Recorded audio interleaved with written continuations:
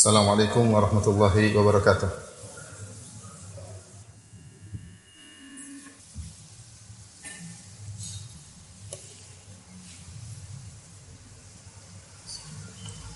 Innal hamdalillah nahmaduhu wa nasta'inuhu wa nastaghfiruhu wa natubu ilayhi wa na'udzu billahi min shururi anfusina wa sayyiati a'malina. May yahdihillahu fala mudilla lahu wa may yudlil fala hadiyalah. Wa asyhadu an la ilaha illallah wahdahu la syarika lah. Wa asyhadu anna Muhammadan abduhu wa rasuluhu la nabiyya ba'dah. Ya ayyuhalladzina amanu taqullaha haqqa tuqatih wa la tamutunna illa wa antum muslimun. Fa inna asdaqal hadithi kitabullah wa khairal huda huda Muhammadin sallallahu alaihi wasallam. Wa syarrul umuri muhdatsatuha wa kullu muhdatsatin bid'ah wa kullu bid'atin dhalalah wa kullu dhalalatin finnar. Para hadirin salat Jumat yang dirahmati oleh Allah Subhanahu wa taala. Alhamdulillah kita bersyukur kepada Allah Subhanahu wa taala yang telah memudahkan kita untuk bisa melalui bulan Ramadan dengan ibadah kepada Allah Subhanahu wa taala, dengan berpuasa, dengan salat malam dan melantunkan tilawah Al-Qur'an.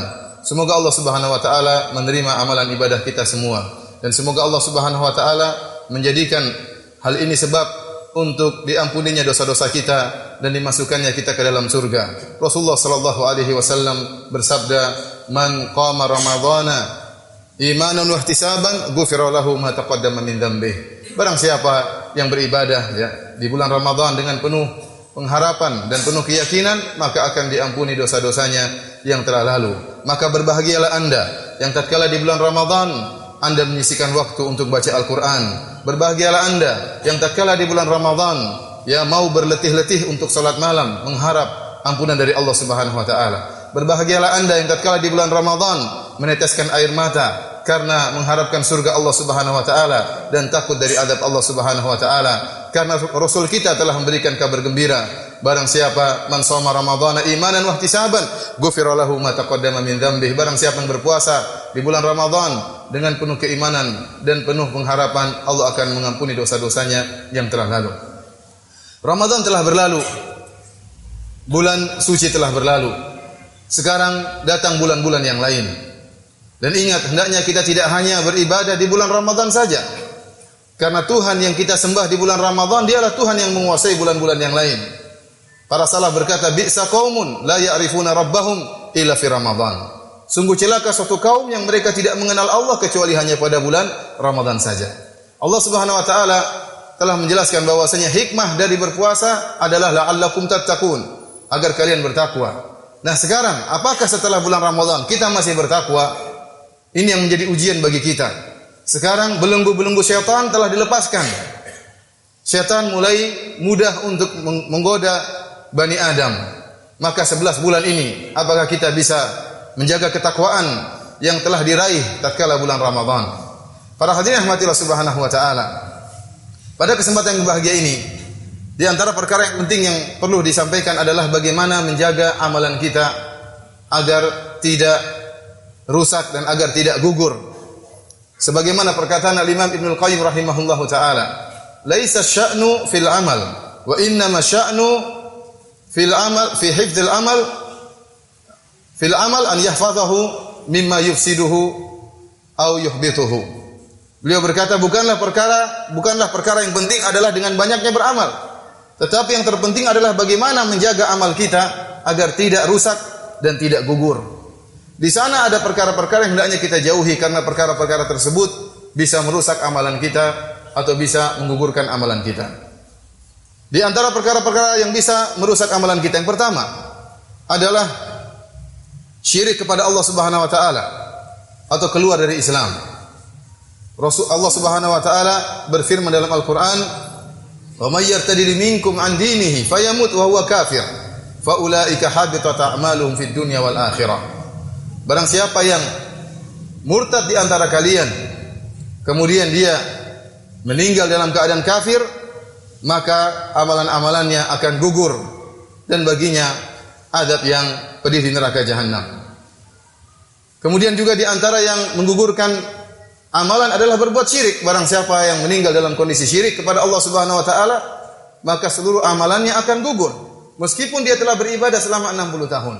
Meskipun dia salat, meskipun dia berhaji, meskipun dia bersedekah, Meskipun dia banyak melakukan kebajikan, namun jika dia meninggal dalam kondisi syirik akbar kepada Allah Subhanahu wa taala, syirik besar, maka seluruh amalannya akan gugur. Kata Allah Subhanahu wa taala, "Innahu may yusyrik billah faqad harramallahu alaihil jannah wa ma'wahu an-nar wa ma lidh-dhalimin min ansar." Sungguhnya barang siapa yang berbuat kesyirikan, maka Allah haramkan baginya surga, tempat kembalinya adalah di neraka jahanam, dan tidak ada penolong bagi orang-orang yang berbuat zalim, yaitu orang-orang yang berbuat kesyirikan. Allah Subhanahu wa taala juga berfirman, "La in asyrakta la yahbatanna 'amaluka wa la takunanna minal khasirin." Wahai Muhammad, seandainya engkau berbuat kesyirikan, dan Rasulullah SAW tidak akan berbuat kesyirikan, akan tapi Allah memperumpamakan seandainya Muhammad sallallahu alaihi wasallam yang merupakan makhluk paling mulia, manusia yang paling mulia yang pernah ada di atas muka bumi ini, seandainya Rasulullah SAW terjerumus dalam kesyirikan, kata Allah Subhanahu wa taala, la yahbatanna amaluka, sungguh benar-benar akan gugur amalan wahai Muhammad, wala takunanna minal khasirin, dan sungguh-sungguh benar-benar engkau akan termasuk orang-orang yang merugi. Bagaimana lagi dengan orang-orang yang derajatnya jauh di bawah Rasulullah sallallahu alaihi wasallam? Apakah dia merasa aman jika dia berbuat kesyirikan? Dia merasa aman bahwasanya amalannya tidak gugur, akan gugur, digugurkan oleh Allah Subhanahu wa taala. Kemudian di antara perkara yang bisa menggugurkan amalan atau membatalkan amalan adalah riya, beramal soleh dengan mengharapkan pujian kepada manusia. Beramal soleh dengan mengharapkan penghormatan dari manusia. Oleh karenanya Rasulullah SAW pernah bersabda, "Akhwafu ma akhafu alaikum asyirkul asghar." Yang paling aku khawatirkan menimpa kalian adalah syirik kecil. Fasu'ila anhu, maka ditanya kepada Nabi SAW, apakah syirik asghar? Syirik kecil, kata Nabi SAW, ar-riya, yaitu beramal soleh supaya dilihat oleh orang lain. Dalam hadis Rasulullah SAW juga bersabda, "Ala ukhbirukum bima huwa akhafu alaikum indi min fitnatil masih dajjal." Maukah aku kabarkan kepada kalian tentang perkara yang lebih aku khawatirkan menimpa kalian daripada fitnah dajjal? Qalu bala ya Rasulullah, kata para sahabat, tentu ya Rasulullah. Apakah itu? Kata Rasulullah SAW, asyirkul khafi, syirik yang samar, syirik yang tersembunyi. Penampakannya seakan-akan dia beramal soleh karena Allah, namun dia menyimpan penyakit dalam hatinya. Dia beramal soleh ingin dipuji, ingin disanjung, ingin dihormati. Kata Rasulullah SAW, asyirkul khafi, syirik yang samar. Yakumur rajulu fayusalli fayuzayyina salatahu lima yara min nadhari rajulin ilaihi. Ada seorang berdiri kemudian dia salat. Kemudian dia bagus-baguskan salatnya tatkala dia tahu ada orang yang lihat dia sedang salat. Orang ini menghiasi ibadahnya bukan karena Allah, memperpanjang salatnya bukan karena Allah, mengindahkan lantunan bacaan Qur'annya bukan karena Allah Subhanahu wa taala, tetapi karena supaya dipuji oleh manusia. Oleh karenanya sungguh menyedihkan kondisi orang yang riya, yang beramal soleh karena ingin dipuji oleh manusia. Sungguh dia lebih mendahulukan untuk memperoleh pujian manusia dan dia meninggalkan pujian Allah Subhanahu wa taala. Dia lebih mementingkan ya ganjaran dunia dan meninggalkan ganjaran akhirat. Dia tidak mengagungkan Allah Subhanahu wa taala, tetapi dia mengagungkan manusia yang penuh dengan kehinaan. Dia berharap mendapatkan ganjaran di dunia dengan pujian dan meninggalkan ganjaran yang Allah berikan di akhirat.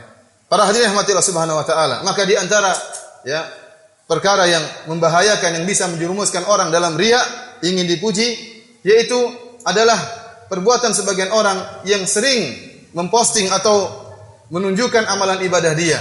Tatkala dia berhaji kemudian dia memfoto dirinya. Tatkala dia depan Ka'bah dia pun foto dirinya. Ya. Tatkala dia sedang berdoa dia foto dirinya. Tatkala dia sedang baca Al-Qur'an dia foto dirinya. Kemudian dia pajang di media-media sosial. Ya, seandainya niatnya untuk motivasi, alhamdulillah. Tapi dikhawatirkan niatnya adalah untuk dipuji, untuk dikomentari, untuk memamerkan ibadah dia. Sama seperti orang yang berhaji kemudian hanya ingin dipanggil Pak Haji. Rugi. Dia sudah mengeluarkan uang begitu banyak. Puluhan juta dia keluarkan. Menanti masa penantian untuk bisa berhaji. Lantas hanya ingin supaya dikatakan Pak Haji. Supaya dihormati oleh masyarakat. Maka amalan dia tidak akan diterima oleh Allah Subhanahu wa ta'ala. Karena dia melakukannya bukan ikhlas karena Allah tapi karena riya. Dan di akhirat kelak Allah akan menghinakan orang-orang yang riya. Kata Allah Subhanahu wa taala, "Idhabu ila alladziina kuntum turauna fid dunya, hal tajiduna indahum jazaan." Kata Allah Subhanahu wa taala, wahai orang-orang yang riya, sekarang kalian di akhirat pergilah kalian minta pahala pada orang-orang yang dahulu kalian harapkan pujiannya. Kalian dahulu beramal tidak karena aku, tapi kalian beramal agar mengharapkan pujian dari manusia. Cari pahala sama mereka. Apakah kalian akan mendapatkan balasan? Jawabannya tentu tidak. Di antara perkara yang menggugurkan amalan adalah pergi ke dukun. Kata Nabi sallallahu alaihi wasallam, "Man ata kahinan aw arrafan fasa'alahu an syai'in lam tuqbal salatuhu 40 yauman." Barang siapa yang pergi ke dukun atau para normal kemudian bertanya sesuatu kepada mereka, maka tidak akan diterima salatnya selama 40 hari. Ini perkara yang sangat mengerikan tatkala kita melihat bagaimana dukun-dukun sangat laris di tanah air kita. Ya, hampir setiap kota ada dukunnya, bahkan mungkin hampir setiap kecamatan ada dukunnya. Dukun sangat banyak dan orang-orang banyak percaya kepada dukun. Padahal kita tahu bagaimana seringnya dukun-dukun tersebut tidak berpendidikan. Bagaimana kita sangat sedih melihat ada orang yang sarjana kemudian percaya kepada dukun yang tidak lulus SD. Di mana akal mereka? Tidakkah mereka takut dengan sabda Nabi sallallahu alaihi wasallam ini? Barang siapa yang datang ke dukun, maka tidak akan diterima salatnya selama 40 hari. Dan ini berlaku juga bagi orang-orang yang membaca ramalan-ramalan bintang. Sungguhnya ramalan-ramalan bintang adalah bentuk dari perdukunan. Maka hati-hati jangan sampai kita membaca ramalan-ramalan bintang, apalagi memasukkan buku-buku ramalan bintang atau majalah-majalah yang berisi ramalan bintang ke dalam rumah kita. Tidak boleh kita baca sama sekali karena ini adalah salah satu bentuk dari bentuk perdukunan. Barang siapa yang mempercayainya, membacanya, ya, maka dikhawatirkan dia tidak akan diterima salatnya selama 40 hari. Adapun seorang yang percaya kepada perkataan dukun, ini sekedar datang bertanya-tanya sudah tidak diterima salatnya selama 40 hari. Kalau percaya maka lebih parah. Kata Rasulullah sallallahu alaihi wasallam, "Man atakahinan aw arrafan fasaddaqahu bima yaqul faqad kafara bima unzila ala Muhammad." Barang siapa yang datang kepada dukun kemudian mempercayai apa yang dia kabarkan, maka dia sungguh telah kafir kepada Al-Qur'an yang diturunkan oleh Allah kepada Nabi Muhammad sallallahu alaihi wasallam. Di antara hal yang membatalkan amalan, menggugurkan amalan adalah minum khamr. Minum khamr, kata Nabi sallallahu alaihi wasallam, "Man syaribal khamra lam tuqbal salatu 40 sabahan." Barang siapa yang minum khamr maka tidak akan diterima salatnya selama 40 hari. Dan sungguh ya merugi orang yang minum khamr. Kata Rasulullah sallallahu alaihi wasallam, "Man syaribal khamra fid dunya lam yashrabha fil akhirah." Barang siapa yang minum khamr di dunia, maka dia tidak akan minum khamr di akhirat kelak. Ya. Dia tidak akan minum khamr di akhirat kelak. Dan ini hukuman bagi orang yang menyegerakan kenikmatan di dunia, dia tidak akan merasakan kenikmatan tatkala di akhirat kelak. Sungguh aneh seorang yang diberi kenikmatan akal, diberi kecerdasan oleh Allah Subhanahu wa taala, lantas dia menghilangkan akalnya dengan minum khamr sehingga masuklah dia dalam rombongan orang-orang gila. Apakah dia ridha tatkala dia disamakan dengan orang-orang yang gila, orang-orang yang tidak berakal? Namun demikianlah tatkala syahwat sudah memenuhi diri seorang, maka dia tidak peduli, dia pun minum khamr demi untuk mendapatkan kenikmatan sementara dan mengorbankan kenikmatan yang abadi.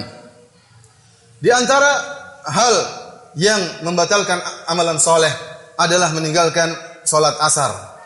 Secara umum meninggalkan solat adalah dosa besar. Terlebih-lebih lagi solat asar.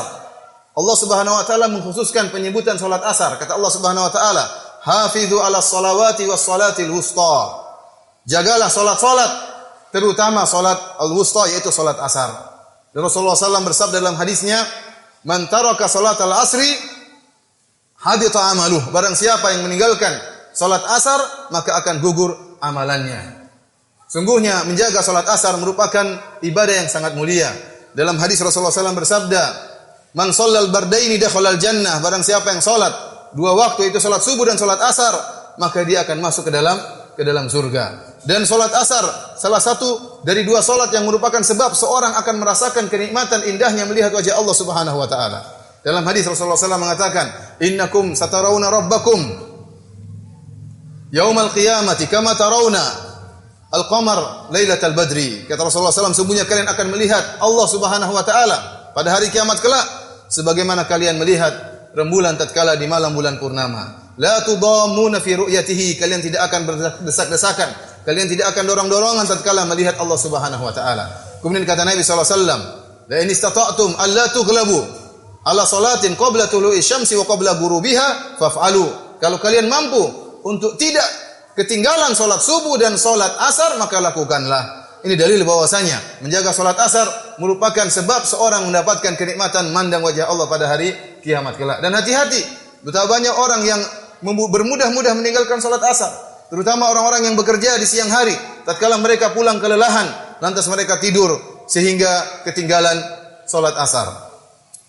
Aqulu qauli hadza astaghfirullah li wa lakum wa lisairil mu'minin innahu huwal ghafurur rahim.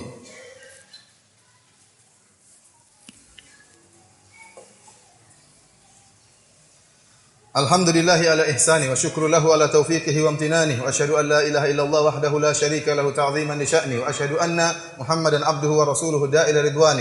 Allahumma shalli alaihi wa ala alihi wa ashabihi wa ikhwani. Para hadirin sidang salat Jumat yang dirahmati oleh Allah Subhanahu wa taala, di antara hal-hal yang membatalkan amal saleh adalah al-man. Al-man yaitu mengungkit-ungkit kebaikan, mengungkit-ungkit sedekah, mengungkit-ungkit infak. Dan Allah Subhanahu wa taala mengatakan, ya ayyuhalladzina amanu la tubtilu shadaqatikum bil manni wal adha. Wahai orang-orang yang beriman, janganlah kalian membatalkan sedekah kalian dengan mengungkit-ungkitnya dan mengganggu orang yang kalian bantu. Oleh karenanya jika kita memberi bantuan kepada orang lain, kita lupakan, jangan kita ungkit-ungkit, menyakitkan hatinya. Sehingga tatkala kita mengungkit-ungkit, amalan sedekah kita hilang, bahkan kita diancam dengan azab yang pedih. Dalam hadis Rasulullah SAW mengatakan, salasatun la yukallimuhullahu yaumal qiyamah wa la yanzuru ilaihim wa lahum adzabun azim. 3 golongan yang Allah tidak akan melihatnya pada hari kiamat. Allah tidak akan berbicara dengan mereka pada hari kiamat dan bagi mereka azab yang pedih. Di antaranya kata Nabi SAW al-mannan, yaitu orang yang suka mengungkit-ungkit amalan, suka mengungkit-ungkit sedekah yang dia berikan. Sungguh sakit hati si miskin tatkala kita ungkit-ungkit, kita mengatakan, bukankah saya pernah bantu engkau? Bukankah saya pernah meringankan bebanmu? Bukankah saya pernah melunaskan hutangmu? Bukankah saya pernah membantumu dan bantu? Maka ini menggugurkan amalan kita. Maka jadilah kita seorang tatkala berinfak tidaklah mengharap kecuali ganjaran dari Allah Subhanahu wa taala. Sebagaimana perkataan orang-orang kaum mukminin penghuni surga yang mereka berkata, "Innama nut'imukum liwajhillah, la nuridu minkum jazaa'a wala syukura." Sungguhnya kami memberi makan kepada kalian karena Allah Subhanahu wa taala. Kami tidak butuh dari kalian perkataan terima kasih dan kami tidak butuh dari kalian balasan. Kemudian di antara hal yang bisa membatalkan amalan saleh yaitu mengangkat suara di atas suara Nabi sallallahu alaihi wasallam, mengeraskan suara di hadapan Nabi sallallahu alaihi wasallam. Allah Subhanahu wa taala berfirman, "Ya ayyuhalladzina amanu la tarfa'u aswatakum fawqa sautin nabi wa la tajharu lahu bil qawli ka jahri ba'dikum li ba'din an tahbata a'malukum wa antum la tash'urun." Wahai orang-orang yang beriman, janganlah kalian mengangkat suara kalian di atas suara Nabi dan janganlah kalian mengeraskan suara kalian, perkataan kalian di hadapan Nabi sebagaimana kalian mengeraskan suara kalian satu dengan yang lainnya. Antahbatu a'malukum, akan gugur amalan-amalan kalian, wa antum la tash'urun, dan kalian dalam kondisi tidak sadar. Kata para ulama, kalau Nabi SAW masih hidup, lantas kita berkata-kata keras di hadapan Nabi atau suara kita mengungguli suara Nabi bisa membatalkan amalan kita, bagaimana lagi bukan hanya sekedar mengeraskan suara, bahkan menyelisihi hadis-hadis Nabi sallallahu alaihi wasallam. Jadi ini perkara yang sangat menyedihkan. Sebagian orang tatkala kita datangkan hadis yang sahih, kita mengatakan Rasulullah SAW mengatakan demikian, maka dia mengatakan saya tidak percaya, saya lebih percaya terhadap perkataan ustaz saya lebih percaya terhadap perkataan syekh saya lebih percaya terhadap perkataan guru saya. Maka dia mencampakkan hadis Nabi sallallahu alaihi wasallam. Padahal dia tahu Rasulullah SAW telah berkata dalam hadis yang sahih. Kemudian dia tolak hadis tersebut. Kita khawatir orang seperti ini akan digugurkan amalannya, Kita tahu bahwasanya para ulama memiliki kedudukan yang mulia, akan tapi tidak ada yang maksum. Apa perkataan Imam Malik, gurunya Imam Syafi'i rahimahullah? Al-Imam Malik rahimahullah pernah berkata, "Kullun yu'khadhu min qawlihi wa yurad illa sahib hadzal qabr." Setiap orang siapapun dia dia, maka bisa ditolak perkataannya dan bisa diterima perkataannya kecuali Nabi sallallahu alaihi wasallam yang dia maksum, perkataannya harus kita terima. Maka seorang jangan beragama dengan hawa nafsunya. Jangan seorang beragama dengan mengedepankan syahwatnya, sehingga tatkala datang hadis-hadis yang sahih maka dia tolak dengan berdalil dengan perkataan syekh atau perkataan guru atau perkataan ustaz, maka ini bisa menggugurkan amal solehnya. Dan yang terakhir yang bisa kita sampaikan pada kesempatan kali ini di antara hal yang menggugurkan amalan soleh adalah bersumpah dengan nama Allah Subhanahu wa taala dengan menyatakan si fulan tidak akan diampuni oleh Allah Subhanahu wa taala. Dalam hadis yang sahih Rasulullah SAW mengkisahkan 2 orang dari Bani Israel. Yang satu rajin beribadah dan yang satu malas beribadah, tukang maksiat. Maka temannya yang rajin beribadah senantiasa menasihati teman yang tukang maksiat dengan mengatakan, "Ya hadza aqsir." Dia mengatakan, "Wahai sahabatku, berhentilah kau dari bermaksiat." Maka saudaranya tidak peduli, tetap aja bermaksiat. Suatu hari ketemu lagi, dia menasihati lagi temannya dan mengatakan, "Ya hadza aqsir, wahai fulan, berhentilah kau dari maksiat." Namun dia tidak mau berhenti dari maksiat. Sampai suatu hari dia melakukan dosa yang cukup besar, maka temannya pun cukup emosi dan dia mengatakan, "Ya hadza aksir, wahai fulan, berhentilah dari maksiat." Maka yang ditegur berkata, "Khallini wa rabbi." Abu Ista alayya raqiba, dia mengatakan, "Biarkan aku dengan Allah, bukan urusanmu negur-negur aku." Apakah Allah mengutus engkau sebagai rasul yang tukang mengawasiku? Rupanya yang melakukan maksiat juga emosi dan dia menyampaikan perkataan yang kasar, yang menyakiti hati orang yang soleh tadi. Dia mengatakan, "Apakah Allah mengutus engkau sebagai pengawasku? Kok negur-negur aku terus? Biarin urusan saya dengan Allah Subhanahu wa taala." Ya. Perkataan pelaku maksiat ini salah. Salah. Namun orang yang soleh ini lebih salah lagi. Tatkala dia mendengar perkataan pelaku maksiat ini, maka dia pun menggunakan otaknya, kemudian dia berkesimpulan orang seperti ini tidak akan diampuni oleh Allah Subhanahu wa taala. Kenapa? Menurut dia, saya sudah negur dia berkali-kali. Namun dia tidak mau dengar, sekarang malah ngomong seperti ini. Apa kata dia? Lan yaghfirallahu lak, Allah tidak akan ampuni engkau. Tatkala dia mengucapkan satu vonis kalimat yang berbahaya, Allah tidak akan mengampuni engkau. Berarti dia telah menyempitkan luasnya rahmat Allah Subhanahu wa taala. Padahal ini pelaku maksiat. Maka Allah Subhanahu wa taala mengirim malaikat untuk mencabut nyawa kedua orang ini, maka dihadirkan di hadapan Allah Subhanahu wa taala. Allah berkata, "Man dzalladzi yata'alla alayya alla aghfira li fulan?" Siapa yang berani-berani bersumpah bahwasanya aku tidak akan mengampuni si fulan? Wa qad ghafartu lahu, aku telah mengampuni dia. Wa ahbattu amalak, dan aku menggugurkan amalanmu. Maka orang soleh ini dimasukkan dalam neraka jahanam, pelaku maksiat diampuni oleh Allah Subhanahu wa taala. Maka hati-hati, jangan kita sampai tatkala emosi kemudian kita mengucapkan perkataan-perkataan yang melebihi ya syariat Allah Subhanahu wa taala. Hati-hati. Abu Hurairah radhiyallahu taala anhu tatkala meriwayatkan hadis ini dia berkata, "Takallama bi kalimatin aw baqad dunyahu wa ukhrah." Orang ini telah mengucapkan satu kalimat saja yang akhirnya dia pun merugikan dunianya, menghancurkan dunianya dan akhiratnya. Demikianlah para hadirin yang dirahmati oleh Allah Subhanahu wa taala. Semoga Allah Subhanahu wa taala menerima amalan ibadah kita dan semoga Allah Subhanahu wa taala menjauhkan kita dari hal-hal yang bisa merusak dan mengurangi atau menggugurkan amal ibadah kita. Innallaha malaikatahu yusholluna 'alan nabi. Ya ayyuhalladzina amanu shallu 'alaihi wa sallimu taslima. Allahumma shalli 'ala Muhammad wa 'ala ali Muhammad kama shallaita 'ala Ibrahim wa 'ala ali Ibrahim innaka Hamidum Majid. Wa barik 'ala Muhammad wa 'ala ali Muhammad kama barakta 'ala Ibrahim wa 'ala ali Ibrahim innaka Hamidum Majid. Allahumma ighfir lil muslimina wal muslimat wal mu'minina wal mu'minat al ahya'i minhum wal amwat innaka samii'un qaribun mujibud da'wat wa ya qadhiyal hajat. Allahumma ati nufusana taqwaha wa zakkiha anta khairu man zakkaha anta waliyuha maulaha.